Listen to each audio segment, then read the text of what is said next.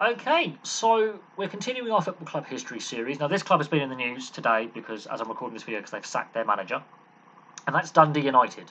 We'll get on to doing a video on Dundee later. Their rivalry is very interesting, and their foundations are quite interesting. Now, Dundee United were initially, in 1909, known as Dundee Hibernian Football Club. Hibernian being a reference to the Catholic nature of the foundation of the club. Dundee was the Protestant side, and the Protestant club in Dundee, Dundee Hibernian, soon to become Dundee United in 1923, was the Catholic side. So that sectarian divide in Scotland has even impacted the foundation of both clubs in Dundee. Now, their rivalry, from what I gather, is pretty friendly. A road literally separates the two home grounds. Dundee United's home ground is Tannadice Park. They're known as the Terrors or the Tangerines. Now, they took their tangerine-coloured kit in the 1969-1970 season, so they didn't change colours until then. They finished fourth last season. I think that's contributed to the sacking of the manager. Is their league finishing position was fourth. They're bottom right now in the SPL as I'm recording this video, winless as I'm recording this video. Now, as I say, their foundation date goes back to 1909. They took their present name in 1923. They were also founder members of when the SPL was set up in 1998. They played every season in the SPL system before it was rebranded to the Scottish Professional Football League. They were relegated from the top flight in 2016 by, you guessed it, Dundee, and they were promoted back to the top flight in Scotland in 2020. Obviously, their biggest rivals are Dundee. They've had some good European runs in their history, and the 80s, the early 80s especially, is actually when they have their little purple patch. Guess what? Aberdeen had a big purple patch in the 80s as well. Scottish football was very, very competitive in the early to mid-80s. It wasn't just Rangers and Celtic winning the league every season, because guess what? Dundee United have also lifted the Scottish title in their history and had some Scottish League Cup success as well, alongside Aberdeen. These two, Aberdeen and Dundee United, were really giving it to the old firm in the 80s. They haven't got a lot of silverware, but they have some. So they've won the Scottish League once in their history in the 82-83 season. So Aberdeen weren't the only side challenging Rangers and Celtic at the time. Dundee United gave it a go, and they win it in that one season.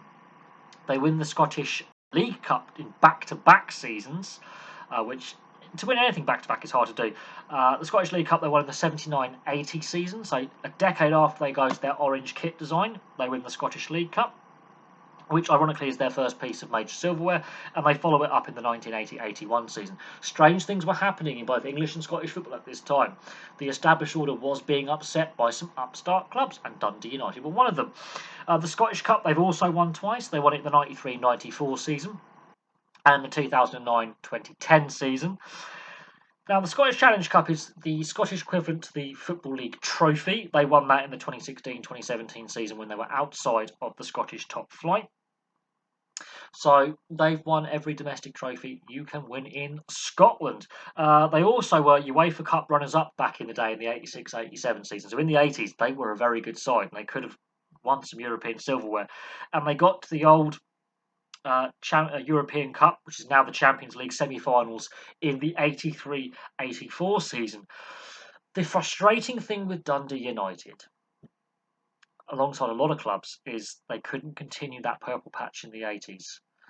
The problem is, they and Aberdeen were the last sides, not called Rangers or Celtic, to win the Scottish title. And I do honestly believe, had they won that UEFA Cup in the mid-80s, and if they'd won that European Cup in the early 80s, things could have been different in Scotland. They really could have. Aberdeen are the last Scottish side to lift European silverware. At the same time, Dundee are competing for European silverware. Aberdeen are lifting European silverware. And then it becomes the Rangers and Celtic show, and it has been ever since. Apart from the domestic cups, League Cup and domestic Scottish Cup, it has been Celtic and Rangers show for too long. And that is impacted again alongside the UEFA coefficient. Dundee United had their brief purple patch at the beginning to the mid-80s. It dried up pretty quickly. They're right now bottom, as I'm recording this video, of the Scottish Premiership. They don't want to be there. They were fourth last year. They were on the up. Now, Can they return to winning silverware? I believe they can. Um, the Scottish League, someone has to stop Rangers or Celtic winning it every season, because the longer that goes on, the weaker the Scottish top flight becomes, the less relevant it becomes on the European scene. Back in the 80s, it was a league players wanted to play, and it was a league that was a tough league to win. Um, Several sides won it in a very short spell of time. It wasn't just Rangers and Celtic, and this was the peak of Scottish football, was the mid-80s. It has declined over the last 40 years, and I think it's a sad decline. But Dundee United were part of that pinnacle of Scottish football in the 80s. They had a very good national side. They were developing world-class players, world-class managers, because Alex Ferguson, he came out of this period in management, does great things with Aberdeen, goes south of the border to Man United, the rest is history. And Dundee United were part of that Scottish footballing production line, the Scottish footballing story. They also have got to a European final. People forget that. So there you go. There's a brief history of Dundee United. They are having a tough season so far this season as I'm recording this video. Hopefully, fingers crossed, they can turn it around and get back towards the top end of the Scottish top flight. And hopefully they can win some more silverware to add to their two Scottish League Cups, their two Scottish Cups, and their one league title. Hopefully that isn't their only league title in their history. Hopefully one day they win some more. But there you go. There's a brief history of Dundee United. Thank you very much for watching. Please place your thoughts in the comment section below, and I'll have some more videos for you very, very soon.